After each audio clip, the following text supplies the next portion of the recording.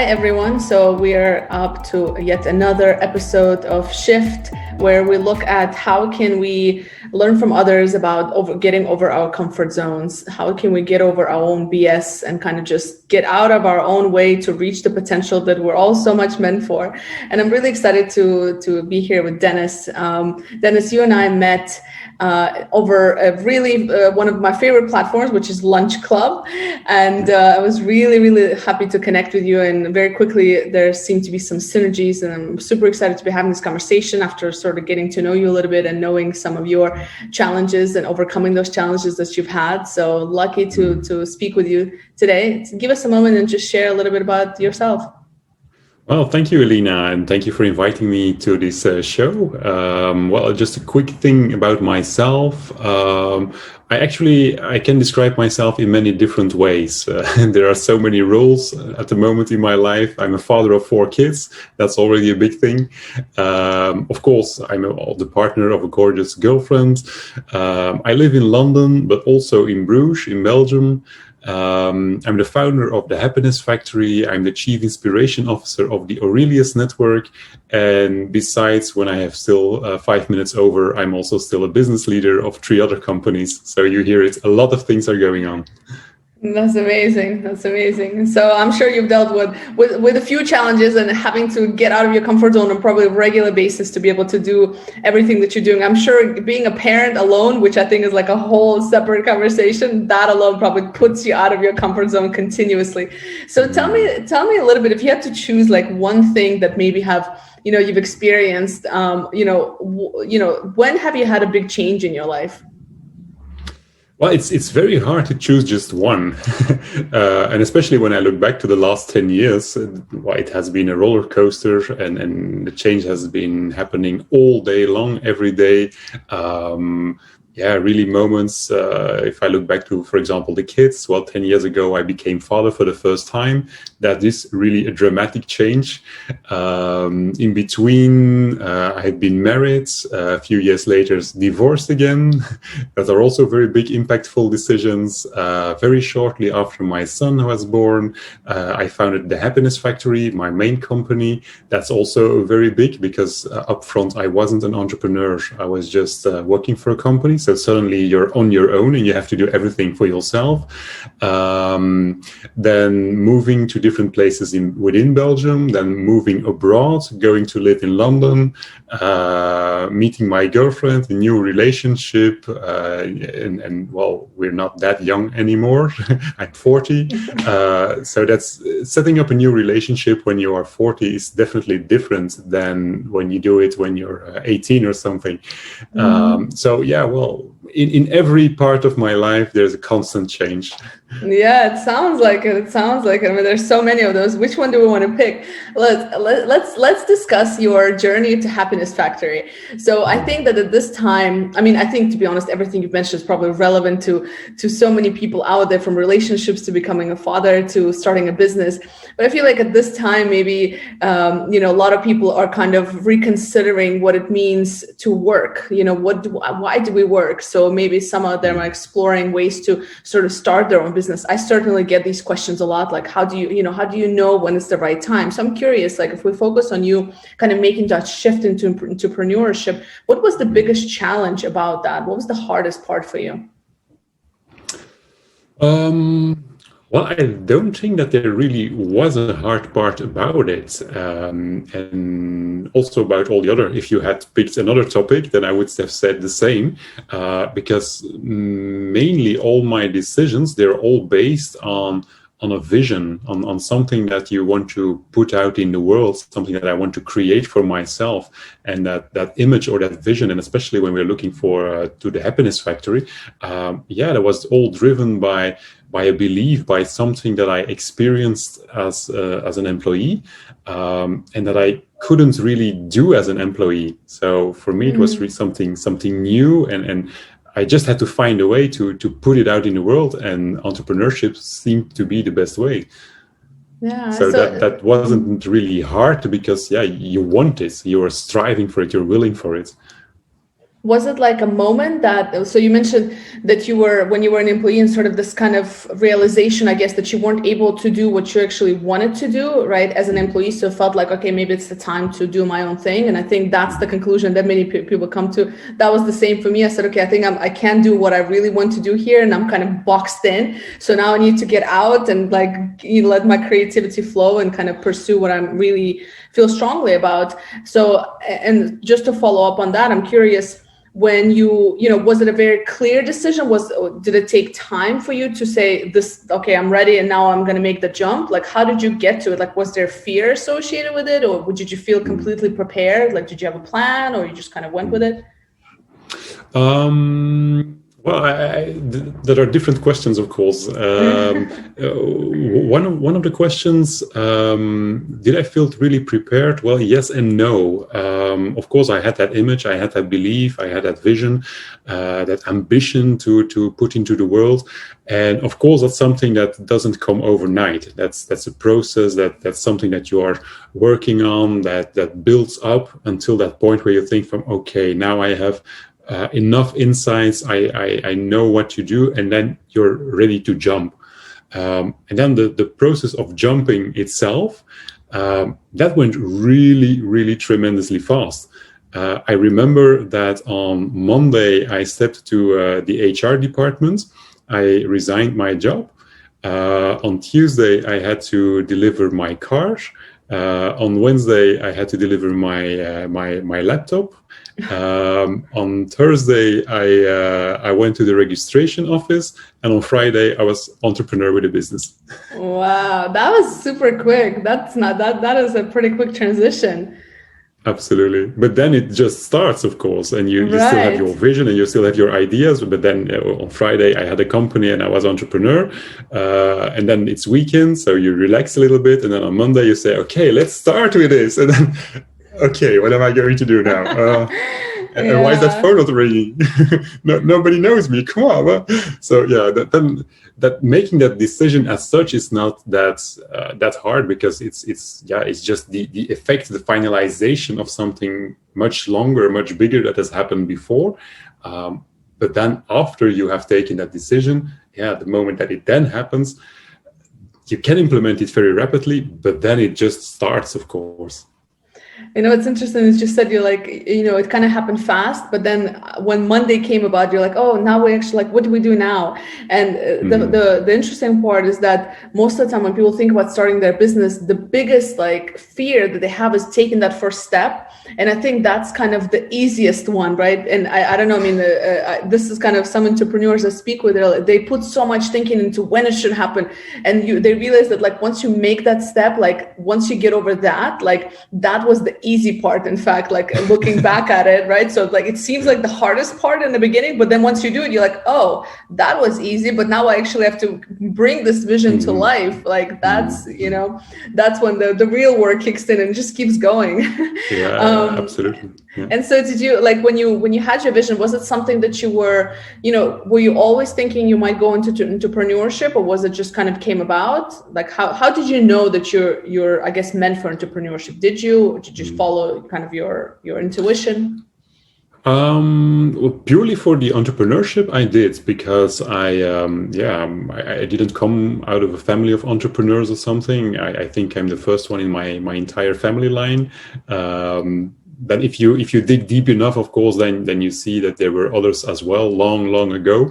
But yeah, for me, it was all new. For my closest family, my parents, for example, it was all very new. So I didn't really have any support to jump into, and still I felt as it was the best decision to take at that moment, because, well, what was the alternative? What was the option? I really had that strong vision, and there was nothing that really aligned with that strong vision. So I just had to do it.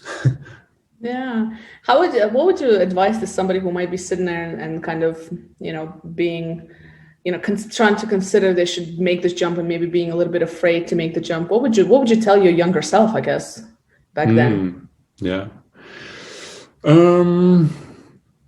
I'm not sure if I would tell it to myself, but in general, I would say the only difference between fear and excitement is whether you're still breathing or not. I like And that. that's a bit of a quote, of course, but Yeah. fear and excitement is the same emotion. It's the same feeling. So if you're afraid, you're actually you're on the right path. Yeah. Of course, that doesn't really help you if somebody says it like that, because then you say, okay, thank you for reassuring me, but now what? Now what do I have to do? So that's the reason why I say I would probably don't say it to my younger self. But, well, the importance is to really trust in your vision, to really trust in your ambition, and to make sure that that is clear enough. Because as you mentioned, indeed, taking that first step is, if you look back, the easiest step. But then you really have to live it, and you have to bring it to the world day after day after day. And you can't do that if you start doubting about that vision. Perhaps you might be doubting about yourself. That's something completely different. But as long as you can stay connected, very closely connected for yourself to the thing that you want to put out in the world, then it doesn't really matter how you're going to reach it. It's one way or the other. And that's not only for yourself, but that's also about the people who are involved in it, all the people around that vision, all the people around yourself. Make sure that they believe in that vision as well, because then you create a push system that even in the baddest days, the vision will still attract you, and all the people who are involved, they will push you. And then you build a system of success to just keep going. Absolutely, that's such a good point. And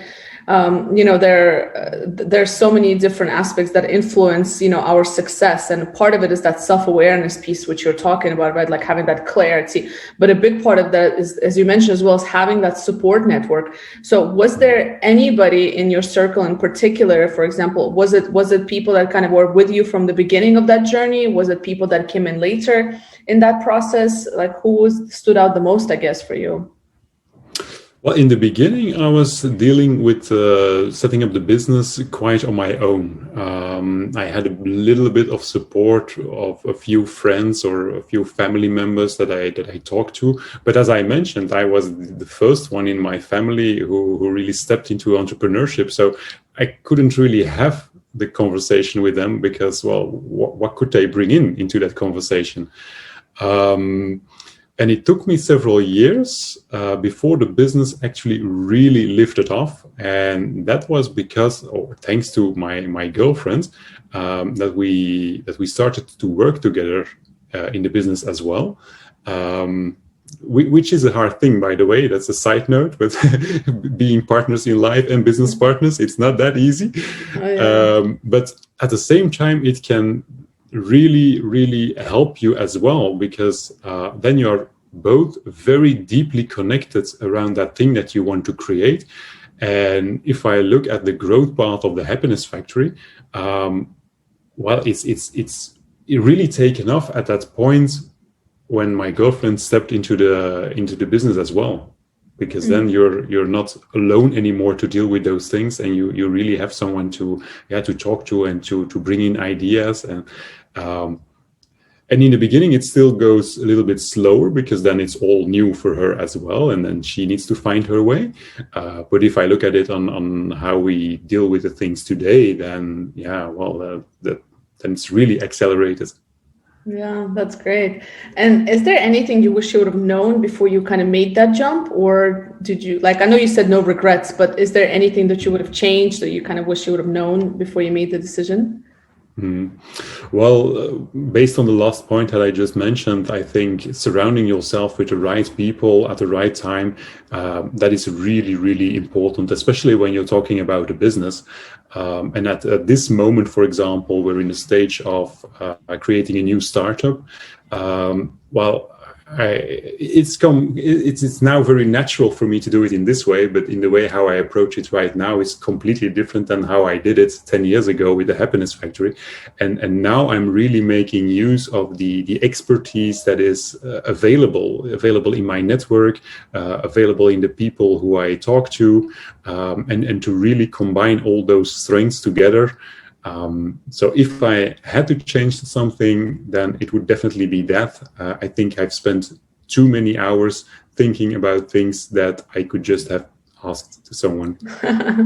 To do is always better than to just think and contemplate, right? Yeah, absolutely. Learn from others, ask for advice. And just a final question on that point, where can somebody find that new network? I mean, we mentioned Lunch Club, of course, in the beginning earlier. We've connected. It's a great platform, but where do you recommend for people to connect? Like, do you use LinkedIn? Have you found other social media helpful in that case, like just expanding the network? Mm-hmm. Well, I also see there a big difference in being an employee and being an entrepreneur. As an entrepreneur, of course, you're constantly looking for people, or it are business partners, or it are customers, or it are suppliers, and everything that you're looking for, it's all linked to people.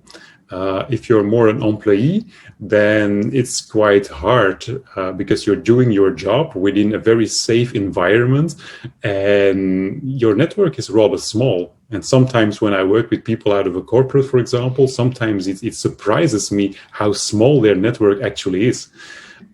So if you have to build up a network coming from that direction, then I can imagine that you have a hard time and that you then would really, just whatever you do, it actually doesn't really matter. Just go out. Of course, in these pandemic times, we can't really go out, but just go out, reach out to as many people as you can and just let serendipity happen and see what comes along. And if your network is growing and if your network is already big, then nurture that network and nurture those relationships because you never know when you are going to need them.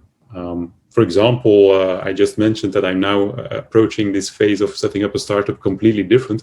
Last week I called someone who I met, I don't know, several years ago.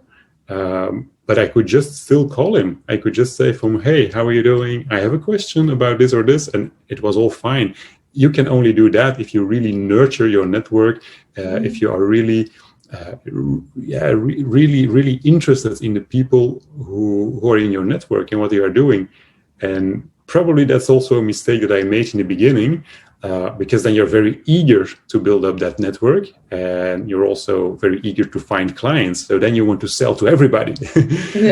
Or if you're looking for business partners, then you don't want to talk to anybody who is not classifying himself as a potential business partner or something like that.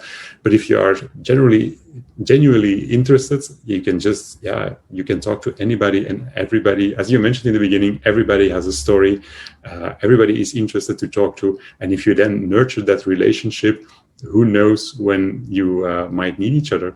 Yeah, absolutely. Genuinity is key. And I think being curious is another key, right? So it's beautiful. And on that point, where can people connect with you? Where can they learn about Happiness Factory? Where can they follow you? Personally, the easiest way to connect with me is on LinkedIn. Just search for my name, Dennis Fredrickx. Fredrickx is a bit weird written. Fredrickx with CKX at the end and without an E between the D and the R. And if you want to know more about the Happiness Factory itself, with the Happiness Factory, we're almost on all social networks. So you can find us on Instagram, Facebook, LinkedIn as well. So there are, in the website, of course, thehappinessfactory.be or .uk. Thank you so much. Thanks for hopping on this call with me. You're welcome. It was a pleasure. Thank you.